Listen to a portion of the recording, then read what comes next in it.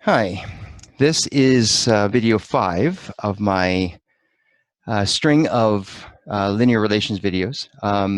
There's a lot of concepts that I kind of packed into this whole linear relations unit and concept. So what I need to kind of finish off a few other things that haven't been touched on just yet. And then I'll circle back around maybe in my next video to complete what I looked at in the previous 4 videos. So one thing that I wanted to show is that I was just showing, I mean, this is linear relations, and I was showing graphs that were linear. But I need to also explain that there, of course, are nonlinear relations and nonlinear graphs. So there can be graphs, just so you're aware that not everything is linear.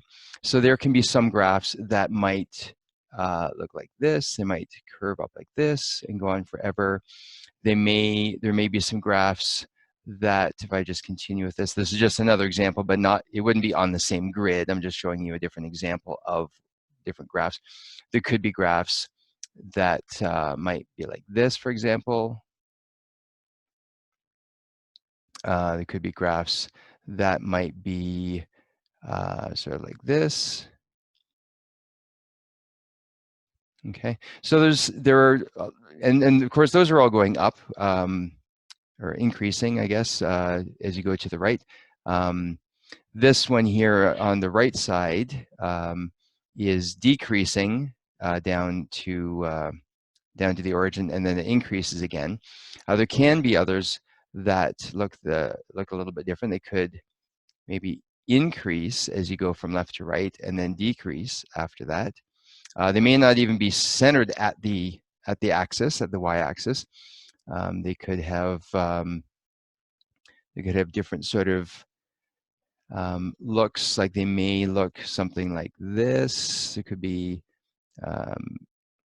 graphs that look like that. Now, we're not going to be getting into all this stuff, but there are certainly situations where graphs are not all linear. Okay, so there's a bunch of different ones. We'll get into those in future years of math, but I just wanted to show you that there are lots of graphs that are not linear, and they don't all behave the same way either. Some, in this case up here in the upper right, this green graph, it opens, they say that they call this opening up. This opens up, oops. This one opens down. These two graphs here are always increasing. Okay, so there's just different ways of describing them. Now, one thing that is kind of important to realize is anytime we read information from a graph or look at a graph, we always look at a graph from left to right. Okay, we always look at it from left to right, just for consistency. Okay, there are times where you might need to, depending on the graph, the grid, you might need to kind of back it up a little bit, but in general, we're always looking from left to right. So that's why this green graph here on the left grid, it's always increasing, because from left to right, we see that the y values that are corresponding to points on the graph, those are always increasing. As we go further along the graph from left to right, we see that the y values are increasing. Okay. Anytime we talk about a graph, we're basically talking about the y values, because the x values are independent. It's the y values that are dependent on the x values, and it's the x values that dictate what the graph is going to look like. And so as we go from left to right, we can see that the graph, in this case, this blue graph, is increasing as we go from left to right. And for this green graph over here in the upper right, we see that as we go from left to right, this graph is decreasing as we go from left to right up to a certain point. It decreases right down to the origin, and then after the origin, then it begins increasing again. I'll change that color to blue here. So it increases as we continue traveling from left to right. So it decreases at the beginning. Okay, so it's decreasing here as you go from left to right up until the y-axis, and then it begins increasing. Okay, now this is a little bit beyond the scope of the course, but I'm just going to just kind of showing you that not all graphs are linear.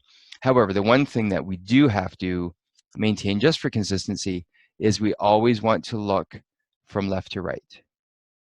Okay, and then whether the graph increases or decreases, or rises to the right or falls to the right, that will depend on the graph itself.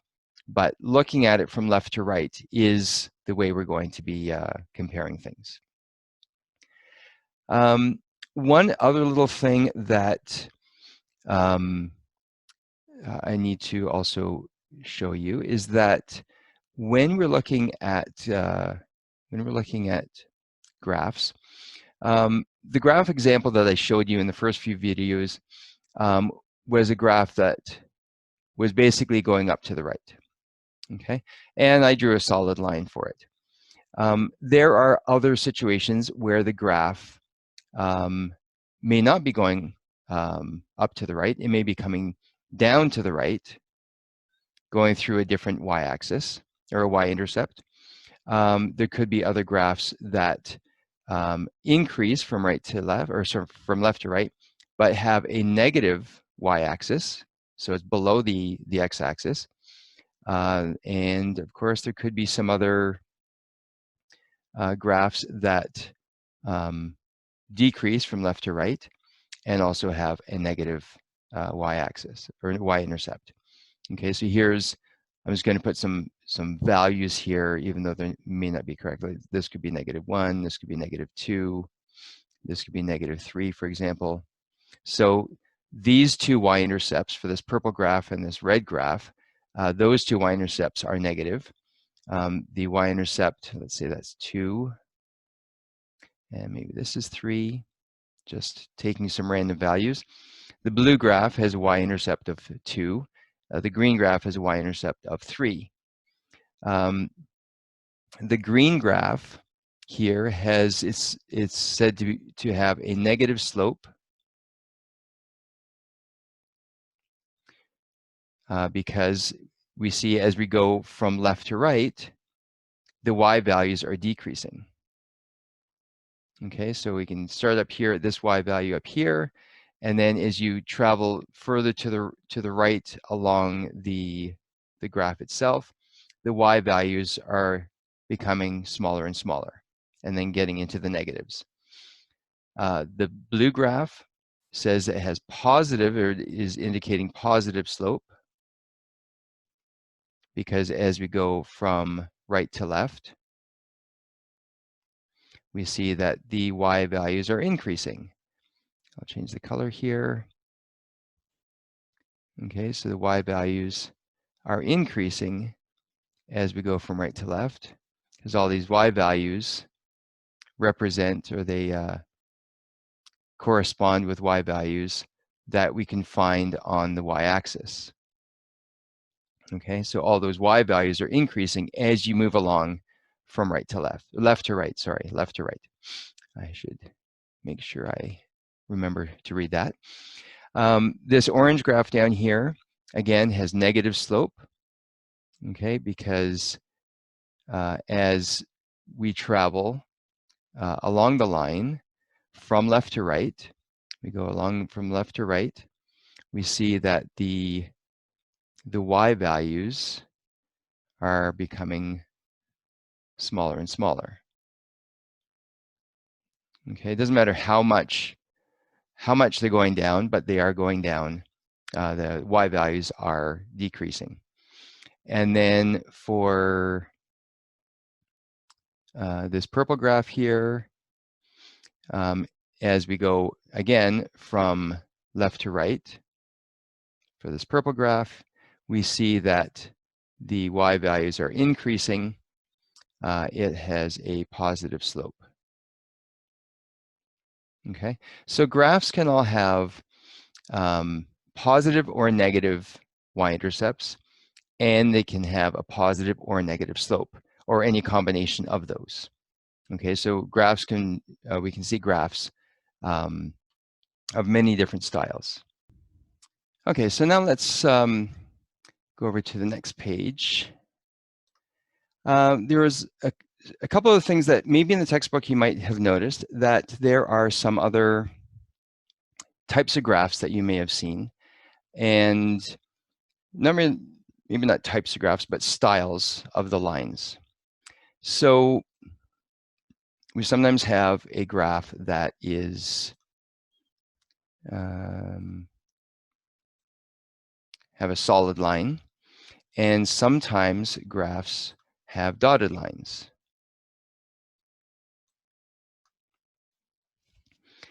And they can also be have negative slopes as well.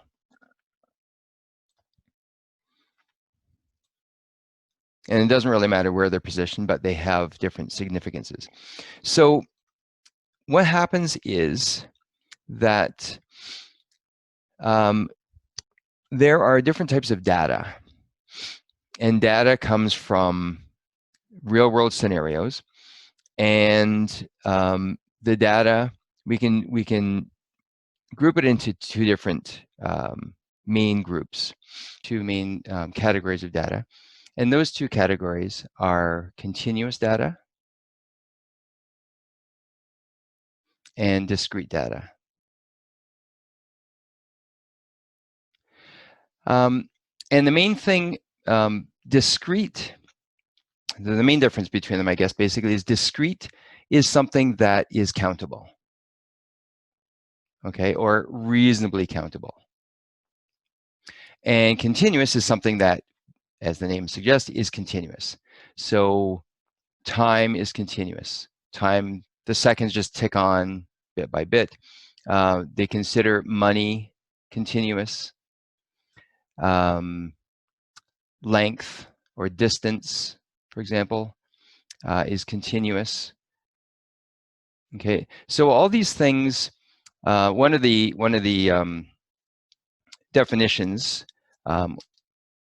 discusses continuous as something that can be divided down into smaller and smaller parts, and it'll still make sense. Okay, so time can go from decades. We can divide that down into years. We can divide years down into months. We can divide months down into weeks. Okay, weeks into days, days into hours, et cetera, et cetera. Okay, so all of those are getting into smaller and smaller parts, and it still makes sense. Length and distance, same kind of thing. We can go from kilometers to meters to centimeters first, I guess, millimeters, and going even smaller. Money is it's a tricky one, because we can go from dollars down into cents.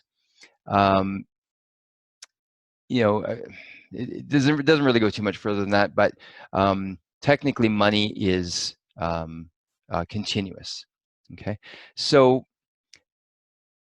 basically, if there's something that can change without huge jumps, that would be continuous.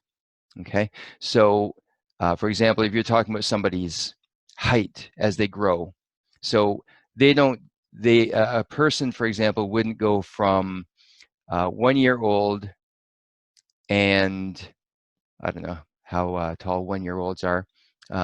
Let's say 1 year old and 2 feet tall, for example.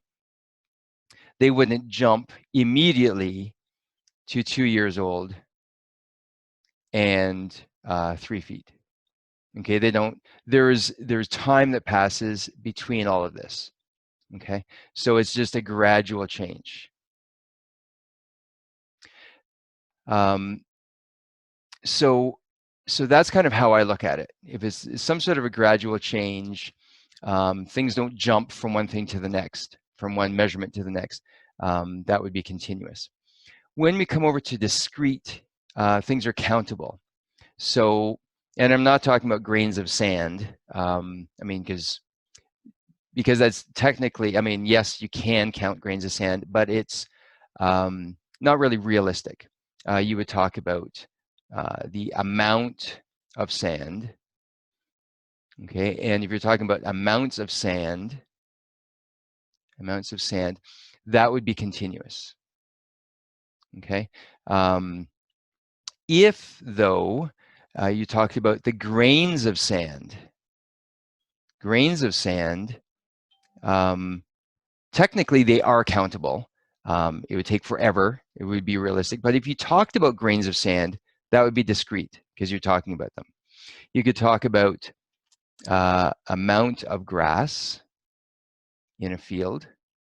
Okay, amount of grass, that's continuous. But blades of grass are countable. Okay, it would take forever to count the blades of grass in a field, but blades themselves are countable. I talked about over here continuous being money. Well, money itself, if you consider it money, that's continuous. But if you talk about the number of coins, that's discrete. The number of dollar bills, that's discrete.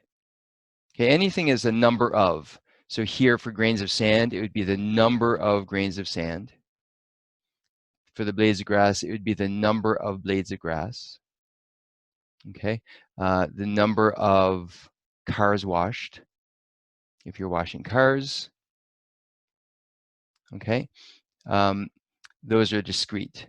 Numbers of windows washed, numbers of pencils in your pencil case, number of desks in the room. Okay, these are all things that you can't have half a class, or half a desk in a classroom. No matter how short your pencil is, it's not really half a pencil. You don't really consider it half. It's still a pencil. You have a pencil in your pencil case, okay. Number of coins, you can't have a portion of a coin, right? If you're talking about how far you're swimming in, or how many lengths. Now here's another little discrepancy. The distance you've swum, that D didn't turn out very well. So the distance, okay, so the distance you've swum, that's continuous. Because you could have swum a kilometer, or 1,100 meters, or 1,100 meters and 35 centimeters, etc. So distance swum is continuous. But if you change this to number of lengths that you swim in the pool, number of lengths, well, that's a distinct number. So if you swim 45 lengths, well, that's 45 lengths. If you swim 45 lengths and a half, the number of lengths you've swam is still 45. Even though you've swum an extra half length, it's still, the number that you finished is 45. Okay, so when we graph these things, discrete data is graphed with dotted lines or dotted curves. It doesn't really matter, lines or curves, depending on the data. Discrete is with dotted. Continuous is with solid. Okay, and there is one little other condition. If we have, if our independent variable, remember we have our table of values, the dependent is the y, the independent is the x. If both are discrete, so if we're comparing, let's say we're comparing the number of cars washed, for example, and the number of payments, okay, so we wash the car and somebody pays us, number of cars washed and the number of payments, if we're comparing those, they're both discrete, then it's going to be dotted. Okay, the graph would be dotted. If we say we're doing discrete, oh, I'm not spelling very well today. If we've got a discrete and a continuous, so let's say we're saying number of days that we jog, and this is the total distance traveled in all those days.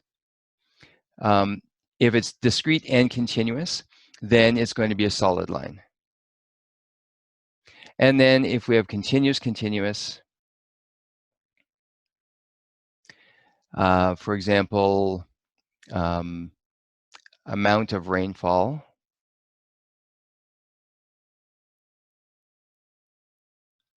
and the height of a tree, then that's also going to be solid. Okay, so the only time that the line will be dotted is if both of the variables are discrete. We can have discrete and continuous, or continuous. That will be result in a solid line for the graph. Okay, so I hope this video has cleared a little bit of your questions up from what you might have seen in the textbook in, revolving around discrete and continuous data and the solid and the dotted lines. All right, well, thank you for watching video 5, and we'll see you in video 6.